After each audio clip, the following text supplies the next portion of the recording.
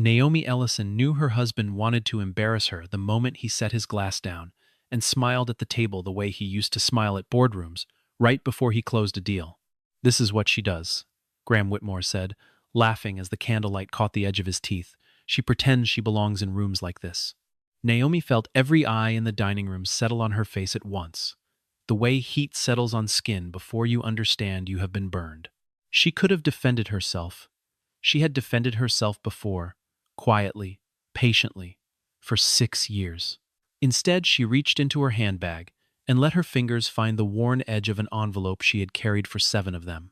The Whitmore dining room in Greenwich was the kind of room that made people lower their voices without being told to, all dark wood and old portraits, and a chandelier that had been imported from a chateau outside Lyon 2 generations earlier. Naomi had eaten dinner in this room more times than she could count, and every single time she had felt the walls measuring her, deciding whether she had earned the right to sit beneath them. Tonight the measuring felt sharper than usual, and she understood why before the first course had even been cleared. She had married into this family 6 years ago, but she had never once been allowed to forget that she had married into it, as though love were a border crossing and she was still waiting on her paperwork. There had been small moments over the years, so small that Naomi had once dismissed them as her own oversensitivity, that told her exactly where she stood. A seating chart that placed her at the far end of a table during a family reunion. A photograph from a holiday gathering that somehow excluded her entirely, as though the camera itself had agreed with the family's quiet consensus.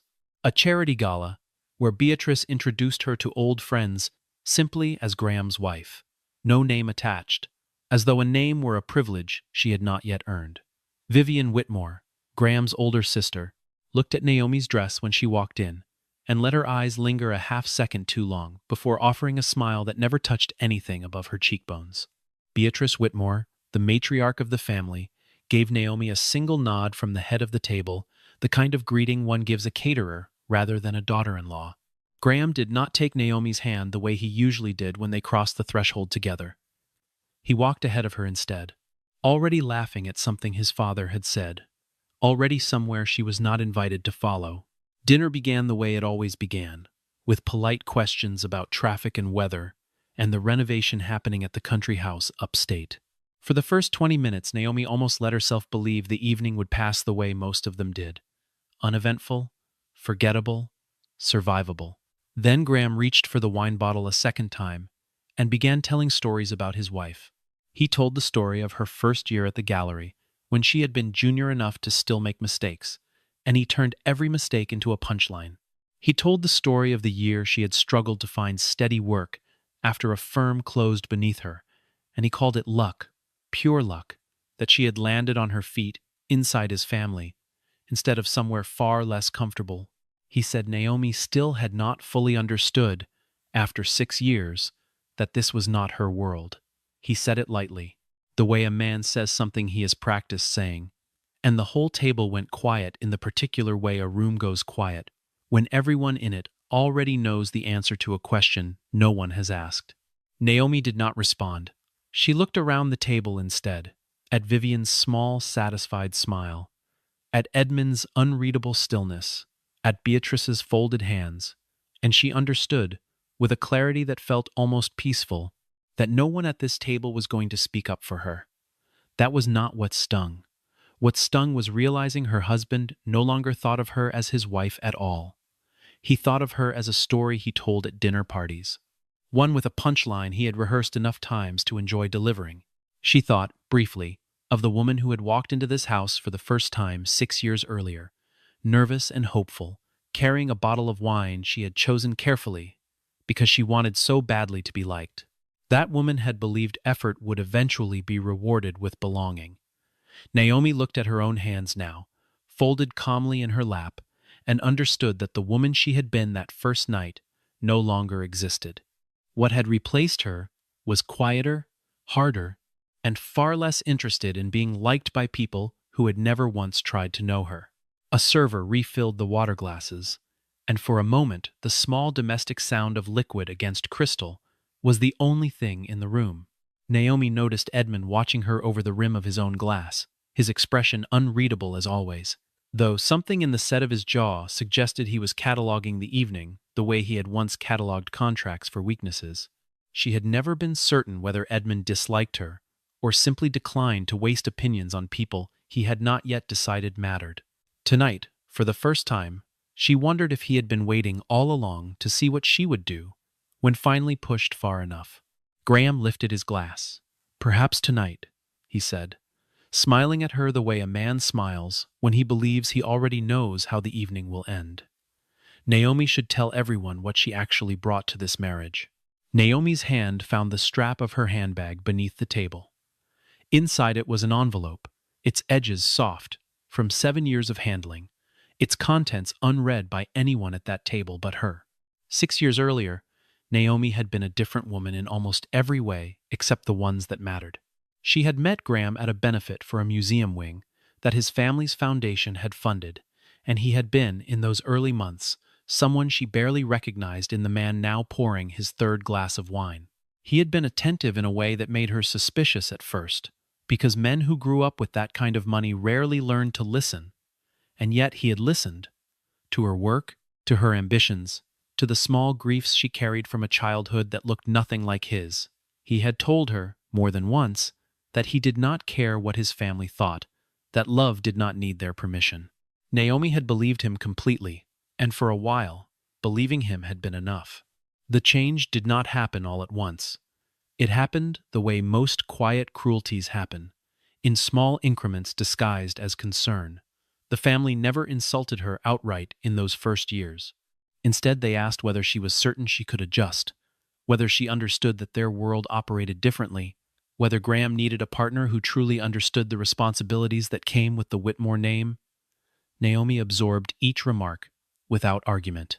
She told herself she was choosing peace over conflict, that a marriage should not become a battlefield between two families, that patience was its own kind of strength. She did not yet understand how much of herself she was quietly setting aside in the name of that patience. There had been one particular afternoon, early in the marriage, that Naomi still returned to sometimes without meaning to. She and Graham had been discussing whether to renovate the kitchen in their own house, a modest conversation about tile and countertops, when Graham had mentioned, almost in passing, that his mother thought Naomi's taste ran a little plain for a Whitmore household. Naomi had asked him, gently, whether he agreed. He had shrugged and said it did not matter what he thought, because his mother would have opinions regardless.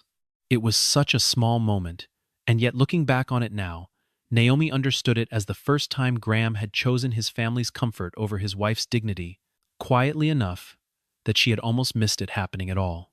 She had built her career during those same years, slowly and without much support from the family she had married into. She worked long hours authenticating provenance for a gallery that specialized in recovering artwork lost or displaced through decades of disputed ownership, work that required exactly the kind of patience and precision Naomi had always possessed naturally. It was meticulous, often invisible labor, tracing a single painting's history through 6 decades of sales records and shipping, manifest to determine who truly owned what. She had never imagined that the same skills she used to untangle other people's stolen histories would one day be turned toward her own family by marriage. The envelope arrived a week before her wedding, delivered by a courier to her apartment rather than mailed, which should have told her something even then. The return address held no name. Inside was a short letter, unsigned in a way that felt deliberate rather than careless, written by someone who clearly knew things about the Whitmore family that the Whitmore family would not have wanted known. The letter told Naomi that there was a secret buried inside her future husband's family, one large enough to change how she understood everything she was walking into. The writer did not explain the secret in full. He asked her instead to wait, to hold what she had been given until she was certain she understood the truth herself, and above all, not to hand it to Graham until that day came.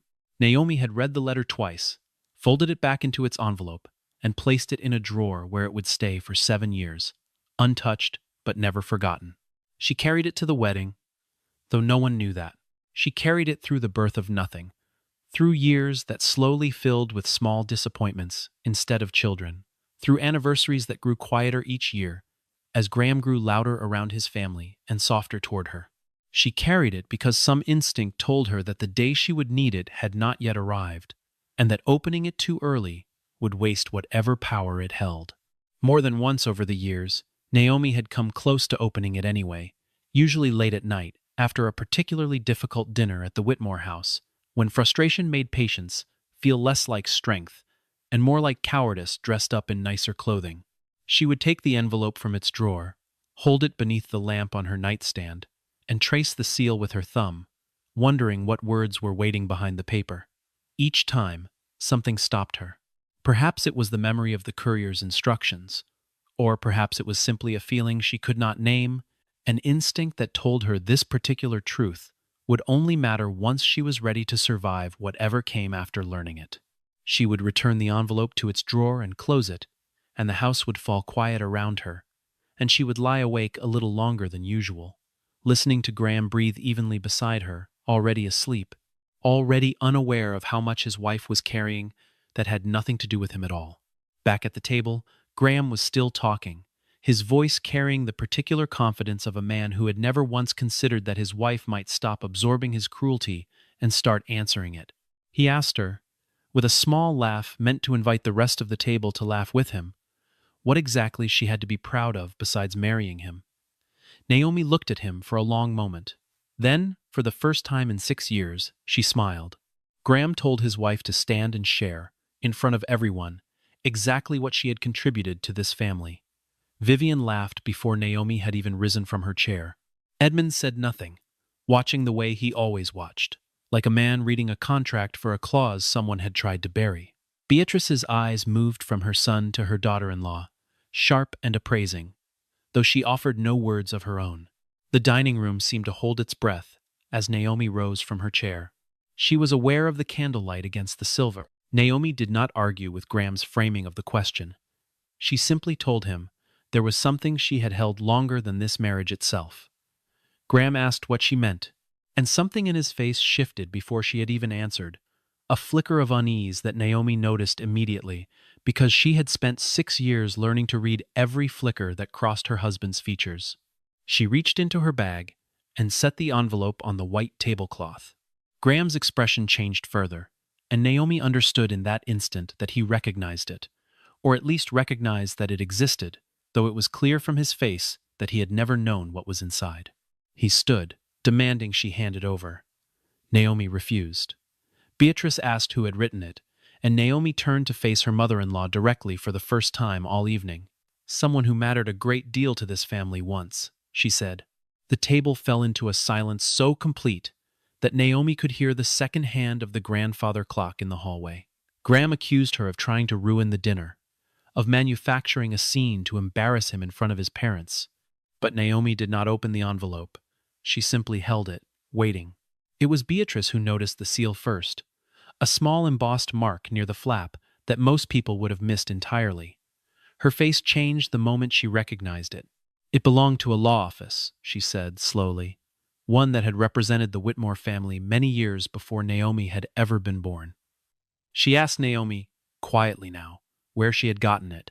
Naomi told her the truth, that someone had placed it in her hands a week before her wedding and asked her to keep it until she understood its worth. Beatrice rose from her chair without another word, crossed the length of the table, and held out her hand. Naomi placed the envelope into it. Beatrice opened it, unfolded the single page inside, and began to read. It took only a few seconds. By the third line, her hand had begun to tremble. The letter Beatrice read that night described an event that had taken place decades earlier, long before Graham had been born, when a decision made by the Whitmore family had cost another person everything they had built. The writer stated plainly that Naomi was not simply a woman who had wandered into this family by chance, that she was connected, in ways even Graham did not know, to a piece of the family's history that had been buried rather than resolved. Beatrice's voice, when she finally spoke again, had lost its usual command. She asked Naomi why she had never brought this to her sooner. Naomi answered without flinching, because I never knew who in this house I could trust with it. Graham lunged for the letter, but Beatrice pulled it back and held it against her chest the way a person holds something they are afraid to drop. Edmund asked to see it, and his wife passed it across the table in silence. He read it slowly, his eyes moving line by line, and when he finished, he did not speak at all. He simply removed his glasses and set them on the tablecloth, a gesture Naomi had never once seen him make in 6 years of dinners in this house. The letter referenced a financial arrangement made decades earlier and a collection of art whose ownership had never been as settled as the Whitmore name suggested. It stated that Naomi had once been asked, indirectly and without her full understanding at the time, to safeguard a document connected to that arrangement, a document whose existence the family had spent years pretending did not exist. The collection in question, the letter made clear, carried a value large enough to explain exactly why certain people in this family might prefer that its history remain buried. And the ownership the Whitmores had claimed for so long as their birthright might not in fact be as lawful as they had always assumed. Graham turned to his wife, disbelief and fury tangled together on his face. "You knew about this for 7 years," he said. Naomi shook her head. "No," she said. "I knew it mattered. I only understood tonight why you were so afraid of it." There was a long moment in which no one at the table moved, as though the entire room had become a photograph of itself. Naomi could hear, faintly, the sound of a car passing on the street outside, ordinary and indifferent to what was unfolding behind the tall windows of the Whitmore dining room. She thought, briefly and strangely, of her mother, who had raised her alone on very little money and had always told her that the truth, once spoken aloud in a room, could never again be unspoken, no matter how badly the people in that room wished otherwise. Naomi had never fully understood what her mother meant until this exact moment. Graham's fury did not last long before it curdled into something closer to fear. He told his family Naomi was fabricating a story, twisting an old letter into something it was never meant to be. Vivian moved instinctively to her brother's side, ready to defend him the way she had always defended him, without asking a single question first. But Edmund raised a hand, and the room went still again. He looked at Naomi and asked, in a voice far quieter than his son's, whether there was anything else. There was. Naomi reached into her bag a second time and produced a folder, copies of documents she had gathered slowly over the years, research she had conducted in the quiet hours after Graham had already gone to sleep, convinced that this marriage did not require her full attention anymore. The letter writer had warned her, all those years ago, that if the family ever tried to deny the truth outright, she would need proof of her own. Naomi had not understood the full story when she began collecting it. She had only understood that something did not add up, and that instinct alone had carried her through years of careful, patient work. Financial records within the family's holdings showed small inconsistencies that a careless eye would have missed entirely. A name had been removed from an ownership document at some point in the past. A signature did not match the same person's signature on an earlier page. A date on one filing did not align with the date on another that referenced the same transaction. Naomi had noticed these details, the way she noticed flaws in disputed provenance at work, quietly, methodically, refusing to let herself be rushed to a conclusion before the evidence supported it.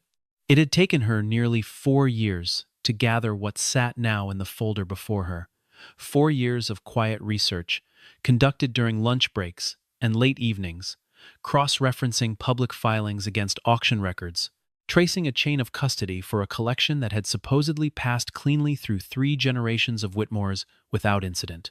Naomi had trained herself, through years of professional practice, to distrust anything that looked too clean. Ownership that never changed hands, records with no gaps, provenance with no questions attached.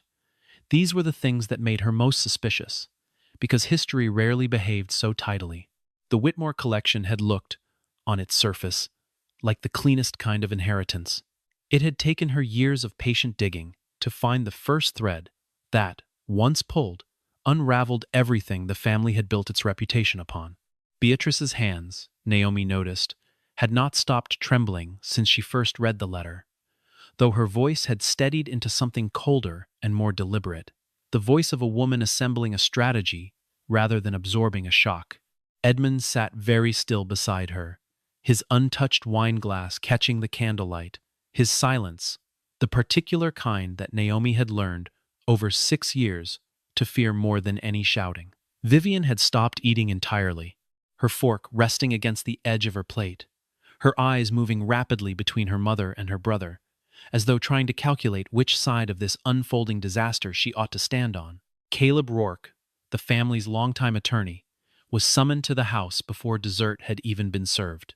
He arrived within the hour, his tie loosened, his expression tightening further with every document Naomi slid across the table toward him. When he finally looked up, his face had lost its color. "We should discuss this somewhere private," he said. Beatrice answered before her husband or her son could speak. "No," she said, looking around the table at each of them in turn. "Tonight, everyone hears the truth." Caleb told the story slowly, the way a man tells a story he has spent years, hoping never to have to tell. 7 years earlier, before Naomi had ever set foot in this house, a man who had once worked closely with the Whitmore family discovered a serious irregularity in how a portion of the family's assets had been acquired. He had uncovered evidence of a wrongdoing that predated Graham entirely, a decision made by an earlier generation that had quietly ruined someone else's life in order to secure what the Whitmores now called their own. Before he could bring the matter forward, he left the firm entirely, choosing silence over confrontation, though not the kind of silence that erases a conscience. He understood that truths like this one rarely stay buried forever, and that when they finally surface, they tend to fall on whoever happens to be standing closest, guilty or not. He needed someone he could trust to hold what he knew until the right moment arrived, someone connected to the family but not controlled by it. That person had been Naomi. Not because she belonged to the Whitmores by blood, Caleb explained, but precisely because she did not. She was the only person close enough to see clearly and far enough removed to see honestly. Caleb went on to describe the man who had written the letter, a former associate at the firm who had spent nearly a decade quietly documenting the irregularity before finally choosing to act. He had approached Naomi not because he knew her well, but because he had watched her from a distance in the months leading up to her engagement and had come away convinced that she was someone who would not be swayed by comfort or convenience once she understood what she was holding. He had left instructions with his own attorney that the letter should reach her precisely 1 week before the wedding, timed so that she would have just enough distance from the day itself to make a clear decision about whether to proceed, and just enough proximity to the family to eventually uncover the truth herself, in her own time, at her own pace. He had never contacted her again after that single delivery. 2 years later, Caleb said quietly, the man had passed away, having never seen whether his trust in a stranger would be repaid. The room absorbed this in silence. Naomi felt something unexpected settle over her, not quite grief, since she had never known the man at all, but something adjacent to it, a recognition that a stranger's quiet act of conscience had shaped the entire architecture of her adult life without her ever understanding why. Caleb explained further that the irregularity traced back to a series of acquisitions made during a period of financial difficulty for the family, decades before Naomi had entered any of their lives, when the Whitmore holdings had absorbed a smaller collection under circumstances that had never been fully documented. The original owner, a man with far less influence and far fewer resources than the family that ultimately claimed his collection, had disappeared from the historical record almost entirely, his name surviving only in the fine print of filings that no one had thought to question in the decades since. Naomi listened to this account with the same quiet professional attention she brought to every provenance dispute she had ever untangled at work, except this time the family whose history she was unraveling was the one whose name she had carried for 6 years. The revelation that followed struck harder than anything Beatrice had read from the letter itself. Naomi discovered, in the course of Caleb's account, that Graham had once seen a document resembling this one, years before their wedding, and had chosen never to ask a single question about it. He had looked away rather than look closer. Naomi turned to face her husband directly. "You knew something was wrong," she said. Graham said nothing. She asked him the question she had been circling for 6 years without realizing it. "Did you marry me because you loved me, or because you were afraid of what I might eventually find?" Graham still said nothing at all, and his silence answered more completely than any words could have. Beatrice looked at her son for a long moment before speaking his name. Graham, she said, slowly, deliberately, how much have you known? Graham finally admitted that he had once seen a document that troubled him, though he insisted he had never realized it connected to anything Naomi now held. He said he had chosen not to pursue it because he had wanted to protect the family. Naomi laughed, a short, humorless sound that surprised even her. No, she said. You wanted to protect your place in it. Graham's defense collapsed quickly after that, turning from denial into blame, as though the years Naomi had spent guarding a secret she barely understood were somehow her betrayal rather than his negligence. He accused her of keeping him in the dark for far too long. Naomi's answer was steady. You humiliated me in front of your entire family tonight, she said. Did you really believe I would keep swallowing that silently, just because you decided to call it a marriage? Something in Beatrice's expression had begun to shift as the evening wore on. The practiced coldness she usually wore around Naomi slowly giving way to something closer to recognition, as though she were seeing her son and her daughter-in-law clearly for the first time in years. Vivian, too, had gone quiet, her earlier certainty faltering under the weight of everything unfolding in front of her. Edmund finally asked Naomi what she wanted out of all this. Naomi did not hesitate. I don't want money, she said. I want the truth spoken out loud, in this house, by the people who buried it. She reached into her bag one final time and set a second, thicker folder on the table beside the first. And I prepared this, she said, before I ever walked through your door tonight. What followed was not vengeance, though it would have been easy to mistake it for that from a distance. Naomi laid out everything she had gathered with the same calm precision she brought to every disputed painting or contested provenance she had ever handled at work. She pointed to each inconsistency without raising her voice. Each mismatched signature, each altered date, each document that told one story on its surface and a different one underneath. Caleb confirmed, piece by piece, that the evidence was sound. Graham had nothing left to deny. Beatrice asked her, quietly now, why she had stayed with Graham through all of it. Naomi looked at her husband for a long moment before answering. Because I used to believe the man I married was still in there somewhere, she said. A silence settled over the table, heavier than any that had come before. But tonight, she continued, I understand that I was wrong. She thought of all the small surrenders she had made over the years, in the name of preserving something that had already quietly ended long before tonight.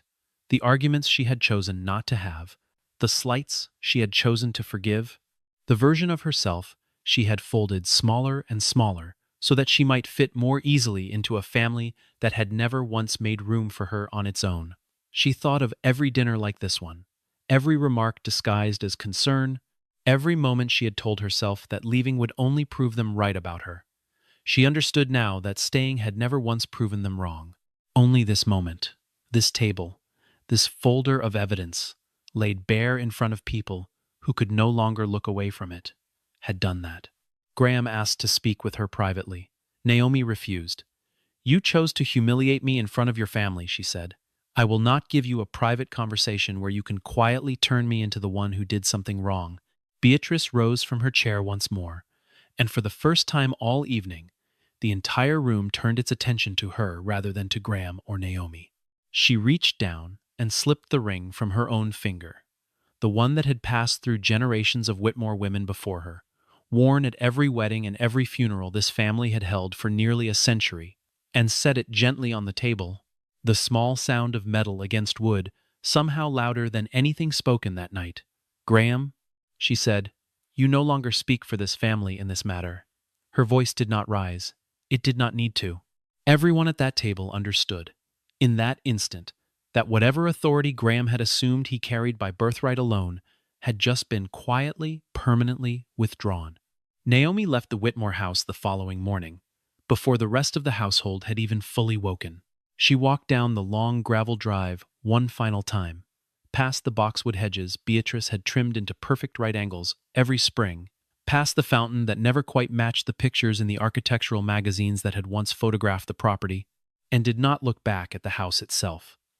She took nothing that belonged to the family she had married into, only the worn envelope that had started it all, tucked once again into her bag, as though it had never left, and the small suitcase she had packed the night before, while Graham slept in a guest room down the hall, unwilling or unable to face her after everything that had come apart at that table. The drive back to the city took just over an hour, and Naomi spent most of it in silence, the radio off, her hands steady on the wheel in a way that surprised her. She had expected to feel devastated. Instead, she felt something closer to clarity, the particular lightness of setting down a weight she had carried for so long that she had forgotten what her shoulders felt like without it. Graham called twice before noon. She did not answer either time. It was Beatrice who eventually reached her 3 days later, in a call Naomi almost did not take. Beatrice did not ask her to reconsider the marriage. She said only that she was calling to apologize. It was the first time in 6 years that Naomi had heard anything close to an apology from that side of the family, and she did not accept it immediately. "I don't need you to make yourself the better person in this story," Naomi told her. "I only need you to admit that I was never as small as all of you decided I was." Beatrice was quiet on the line for a long moment. "I know," she finally said. Before the call ended, Beatrice told her something Naomi had not expected. The man who had written that letter 7 years earlier had, in his own way, predicted exactly this outcome. A day when the Whitmore family would finally have to face what it had spent decades avoiding. He had chosen Naomi specifically to hold the evidence until that day arrived, trusting her long before the family ever did. The marriage ended within the year, without the noise or spectacle Graham had always seemed to expect from confrontation. There was no dramatic scene, no final battle in a courtroom filled with cameras. The settlement was handled quietly, through attorneys who spoke in measured tones and paperwork that arrived by courier rather than confrontation, a fitting echo of how the entire truth had first reached Naomi 7 years earlier. Naomi simply built a new life on the foundation she had spent years quietly laying beneath everything else, using her expertise in art and cultural preservation to launch an independent practice of her own, one that answered to no family name but hers. She rented a small office above a bookstore in the city, nothing like the marble and mahogany of the Whitmore properties, and found that she preferred it that way. Her first clients came slowly, families and institutions untangling their own disputed histories, drawn to her by reputation rather than by any name attached to a wedding ring. Within 2 years, her practice had grown enough that she hired a second researcher, then a third, and the quiet satisfaction of building something entirely her own became a kind of daily proof that she had never needed the Whitmore name to matter. Edmund, to his credit, confirmed publicly what Naomi's research had uncovered, closing the door on any question of her credibility and absorbing, quietly, the professional consequences of a scandal that reached back further than his own tenure at the head of the family's holdings. Beatrice remained in occasional contact, careful never to press Naomi toward reconciliation with the family she had left behind, sending the occasional letter of her own now, handwritten, unhurried, asking after Naomi's work rather than her marriage. Even Vivian eventually reached out, offering an apology that arrived years too late, but was, in its own imperfect way, sincere, admitting in a single brief note that she had spent years underestimating a woman she had never once bothered to truly know. Graham lost his position within the family's holdings not long after, the professional consequences of the scandal following him in ways he had never anticipated when he raised his glass that night and decided to humiliate his wife for sport. Colleagues who had once courted his attention at industry dinners grew noticeably distant. Invitations that had arrived automatically for years began to thin out, then stop altogether. He tried, more than once, to reach Naomi through mutual acquaintances, sending messages that ranged from apologetic to accusatory, depending on the week, as though he could not decide which version of himself might finally succeed in bringing her back. None of them did. But the loss that seemed to wound him most was not financial, and it was not professional either. It was the realization, slow and unwelcome, that Naomi no longer needed him or his family or his name to know exactly who she was. He had spent 6 years believing that his approval was the axis around which his wife's confidence turned, that without the Whitmore name behind her, Naomi would eventually crumble under the weight of not belonging anywhere. watching her build something entirely her own, entirely without him, forced Graham to confront a version of himself he had never had to examine before, a man who had mistaken cruelty for strength and inherited comfort for earned success. Whether he ever fully reckoned with that truth, Naomi never knew, and eventually she stopped wondering. Months later, in an apartment that belonged entirely to her, Naomi opened the small wooden box where she now kept the envelope. She read the letter one final time, the paper soft as fabric after 7 years of handling. Turning it over out of habit, she noticed something she had somehow missed for all those years. A single line written in smaller handwriting along the inside seam of the envelope itself.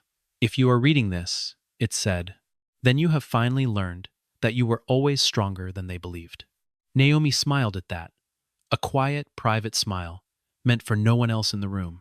She thought of the man who had written those words, a stranger she had never met and would never have the chance to thank, who had somehow understood, years before she did, exactly what she would need to hear on the other side of everything that was still ahead of her that night. She wondered if he had known, even then, how long it would take her to reach this moment, or whether he had simply trusted that she would find her way here eventually, on her own terms, in her own time. She set the letter down gently on the table beside her. She did not cry. She did not reach for revenge, because there was none left to seek. Outside her window, the city had begun to soften into evening, streetlights flickering on one by one along the block, ordinary and unhurried, indifferent to everything that had brought her to this particular room on this particular night. She simply rose, walked to the window, and let the evening light settle over a life that finally belonged entirely to her. For years, Naomi had believed that envelope was the proof she needed to show the world she had never been wrong about who she was. It took losing everything she had once mistaken for a home to understand the truth. The letter had never been the thing that saved her. It had only given her the courage, at last, to walk away from a place that had never once known how to value her.